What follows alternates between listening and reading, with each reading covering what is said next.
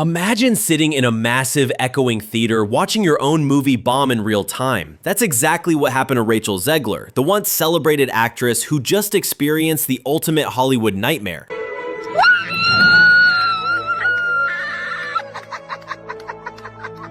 Please? For which movie? Her highly anticipated film, Disney's bold but controversial Snow White remake, didn't just flop. It fell off a cliff, vanished into thin air, and left a trail of controversy, regret, and viral mockery in its wake.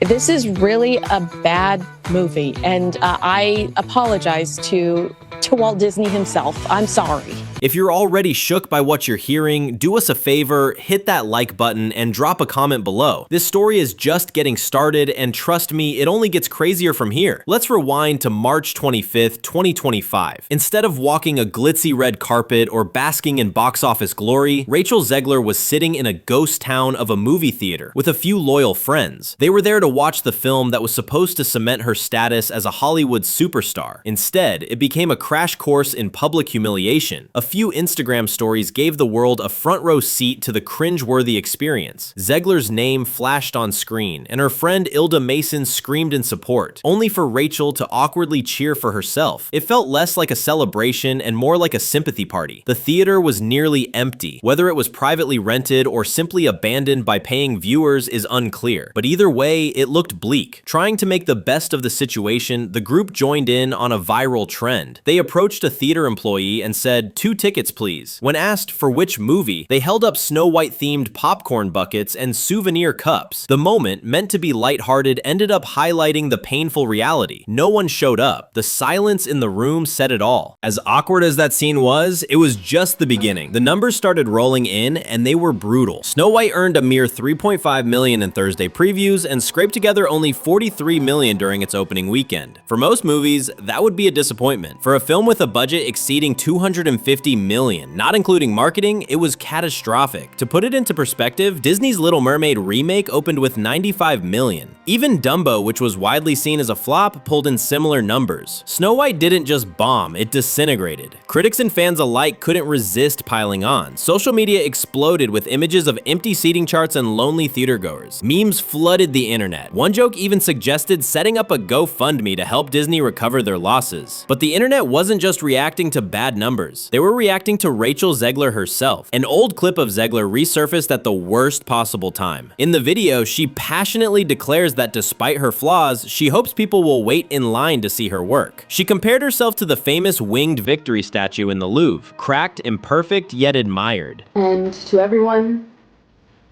who hates when I win, the winged victory came to the Louvre in pieces, and people still line up to see her. And I can only hope that despite my flaws, and despite my cracks and my breaks, and there are many of them,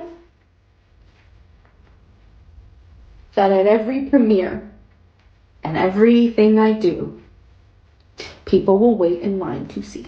The internet wasn't having it. The only thing people were lining up for was the chance to roast her. Harsh comments poured in. "Welcome back to reality, princess," one user wrote. Others shared side-by-side clips of the viral moment and empty theaters, turning what was supposed to be a message of artistic resilience into a punchline. But what really flipped the narrative was what was happening behind the scenes. Variety dropped a bombshell report exposing just how chaotic things had gotten during production. According to insiders, Disney executives were already uneasy about Zegler's behavior. Her public comments trashing the original Snow White film had sparked backlash early on. Instead of dialing her in, the studio stayed silent until it was too late. Behind the scenes, you guys know as well as I do that those executives like Spielberg are looking at that saying, Rachel Zegler can F right off. Then came D23, Disney's marquee event. Zgler took the stage, all smiles and charm, but when she ended her appearance with a politically charged comment, the mood in the executive suites turned icy. Damage control kicked into high gear, emails flew, meetings were held. Disney's $270 million investment had just become a political lightning rod. One insider put it bluntly, Rachel Zegler can F right off. Jonah Platt, the son of Snow White's producer Mark Platt, added added fuel to the fire. In a now deleted Instagram comment, he blasted Zgler's behavior. He said his father had to fly across the country to personally beg her to tone things down. Jonah's words hit hard. This is adult responsibility and accountability. Even after that face-to-face, Zgler didn't immediately back off. Her controversial posts stayed up, and the studio was left scrambling. Meanwhile, tensions with her co-star Gal Gadot were boiling over. On the surface, they seemed to be getting along, but insiders told a different story. Things got especially tense after Zgler posted pro-Palestine messages. Zgler also faced blowback after posting Free Palestine.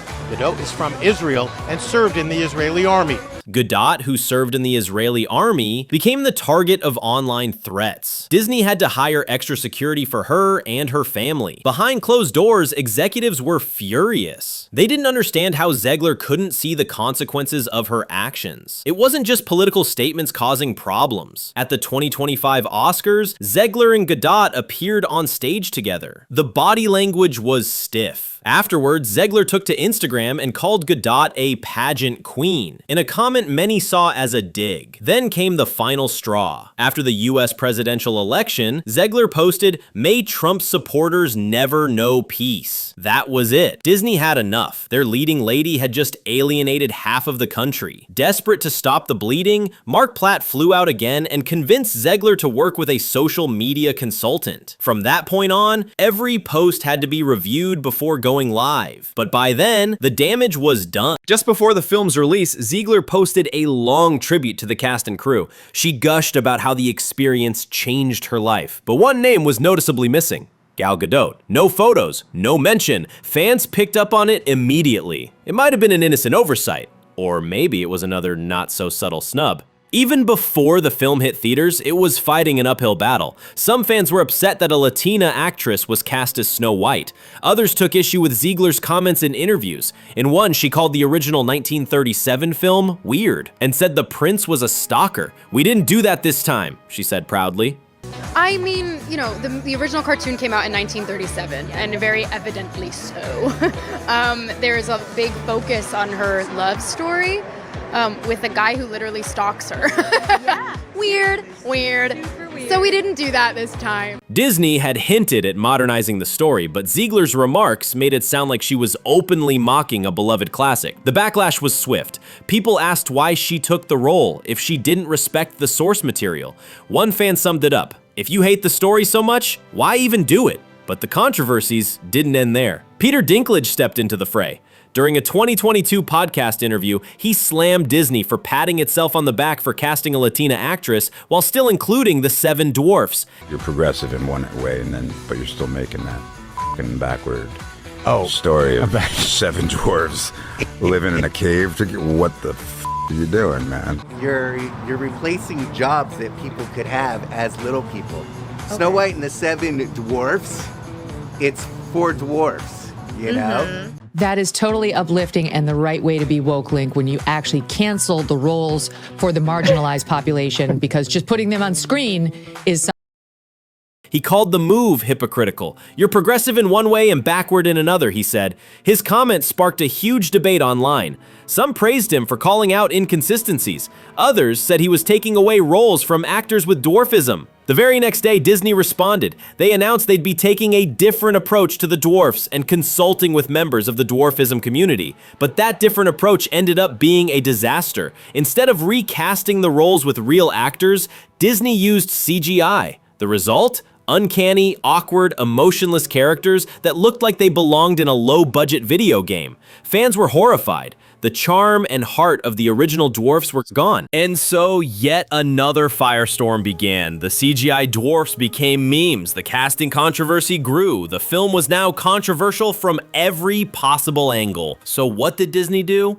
They went quiet. Instead of a massive premiere in Los Angeles, Disney held a low-key screening at the El Capitan Theater. No fanfare, no red carpet buzz, even the European premiere got scaled down to a small event in a remote Spanish castle. It was a clear signal. The studio didn't want attention. They were bracing for impact. And impact came. The film flopped. The merchandise didn't sell, the PR disaster never really ended, and Rachel Zegler, once hailed as the future of Disney, was left standing in the middle of it all, holding the bouquet of flowers her friends gave her at that empty theater. It was meant to be a sweet gesture. Instead, it felt like a silent farewell. So how did Disney get it so wrong? Was it the casting, the messaging, the politics, or was it something deeper, a disconnect between the studio and the audience they thought they understood? Whatever the answer, one thing is clear. This wasn't just a movie flop. It was a full-blown cultural moment, a cautionary tale about arrogance, assumptions, and the power of public perception. Let us know what you think in the comments. Was Rachel Zegler unfairly targeted, or was this the inevitable result of too many missteps?